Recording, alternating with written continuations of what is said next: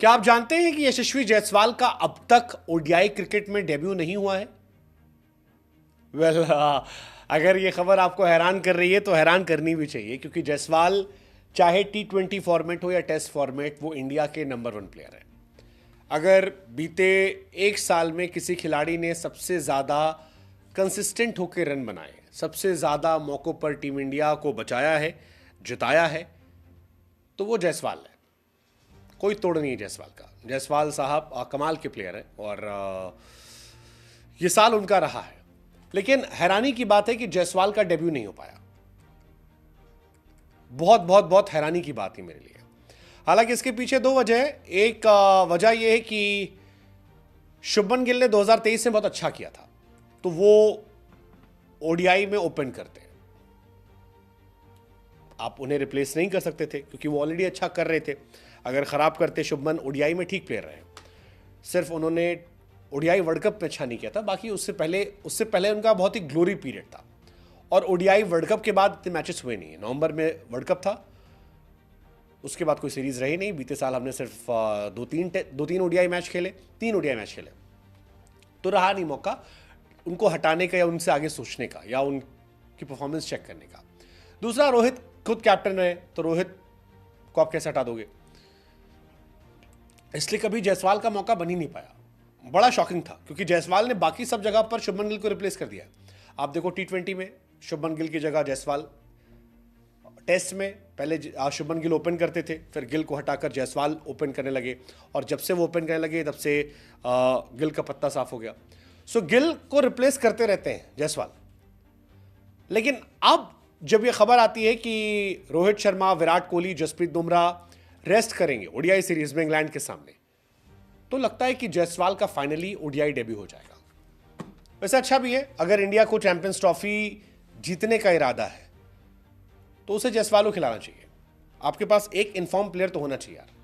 अगर आप कम से कम पाकिस्तान को हराने का सपना देख रहे हो, जीतोगे नहीं जीतोगे वो बात की बात है, बट अगर पाकिस्तान तक जीतने का आप सपना देख रहे हो, सो आपको एक प्लेयर जायसवाल की एंट्री करानी पड़ेगी। So Jaiswal, it seems like he is all set debut कराने के लिए। बट फिर वही सवाल मेरे मन आता है कि यार ये सवाल तो पूछना चाहिए हमें कि टेस्ट और T20 का बेस्ट प्लेयर ओडीआई में डेब्यू क्यों नहीं करता? क्योंकि अब वो डेब्यू करेंगे तो रोहित और गिल दोनों की पोजीशन खतरे में होगी। हाँ, रोहित और गिल दोनों की पोजीशन खतरे में होगी। टेस्ट में इस साल जायसवाल ने हाईएस्ट रन बनाए और वो रन है 1478 रन। ओडीआई में रोहित के 157, 3 ही मैच की सीरीज थी, इसलिए T20 में संजू के 436 रन। अब पॉइंट ये है कि जायसवाल को आप क्यों कह रहे हैं कि रोहित और इनके लिए खतरा है? सबसे ज्यादा रन इस साल बॉर्डर गवास्कर में Jaiswal, average Jaiswal, most 100 Jaiswal, most 50 Jaiswal, most चौके जायसवाल। फिर भी जायसवाल बेंच गर्म कर रहे थे। रोहित एंडिंग दौर में है, तो जब तक खेलेंगे तब तक वो खेले ही खेलेंगे। जायसवाल का शायद डेब्यू हो जाएगा तो फिर गिल से कंपटीशन तगड़ा हो जाएगा कि गिल या जायसवाल में कौन। हालांकि post Rohit era Gill and Jaiswal will be the one जो शायद ओपन करे। फिर उनका कंपटीशन होगा नीचे ऋतुराज और बाकी लोगों से। बट इंटरेस्टिंग है यार, मतलब जायसवाल का ओपन कैसे नहीं हुआ? हालांकि जायसवाल की कहानी अच्छी है। जायसवाल जब आते हैं, जिस जगह खेलते हैं वहां परमानेंट हो आते हैं। जायसवाल ने T20 खेला, परमानेंट हो गए। जायसवाल ने टेस्ट खेला, परमानेंट हो गए। अब लोग मान रहे हैं कि ओडीआई खेलेगा वहां परमानेंट हो जाएगा, लेकिन फिर बाहर कौन बैठेगा, रोहित या गिल? जब तक रोहित कैप्टन है रोहित बैठेंगे नहीं। गिल 3 नंबर, 3 तो विराट खेलते हैं।